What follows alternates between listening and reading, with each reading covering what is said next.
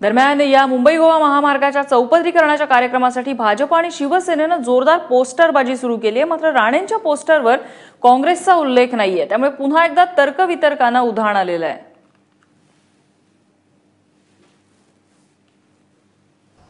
नारायण राणे काँग्रेसवर नाराज असल्याचं त्यांनी अनेक वेळा जाहीरही केलेलं आहे, पण आज त्यांची नाराजी आहे ती काहीशी पोस्टरमधून देखील जाणवायला लागलेली आहे। कुडाळमध्ये चौपदरीकरणाच्या कार्यक्रमासाठी सर्व पक्षांचे होर्डिंग्स लावण्यात आलेले आहेत। राणेंनी देखील त्यांचे होर्डिंग्स आहेत ते लावलेले आहेत, परंतु काँग्रेसचं पक्षाचं चिन्ह आहे ते त्यांच्या बॅनरवर होर्डिंगवर आपल्याला पाहायला मिळत नाहीये।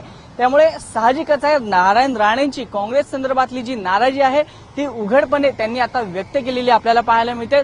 स्वागत उत्सुक नारायण राणे आहेत आणि आपण पाहू शकतो की त्यांनी वरती देवेंद्र फडणवीस आणि दळणवळण मंत्री नितीन गडकरी यांचं स्वागत केलेलं आहे। यावरूनच आपल्याला पाहायला मिळतं की अनेक चर्चा ज्या गेल्या काही दिवसापासून सुरू होत्या, नारायण राणे भाजपमध्ये पक्ष प्रवेश करणार का, त्या चर्चांना आता काहीसा पूर्णविराम लागू शकतो अशी शक्यता ह्या बॅनरवरनं वर्तवली जाऊ शकते।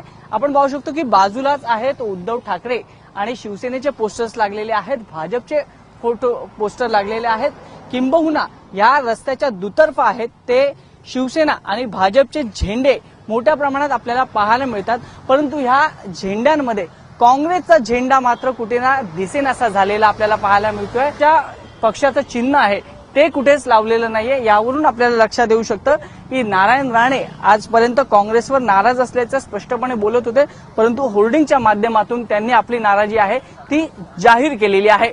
कॅमेरा पर्सन मनोज जयस्वालसह वैभव परब, एबीपी माझा, कुडाळ।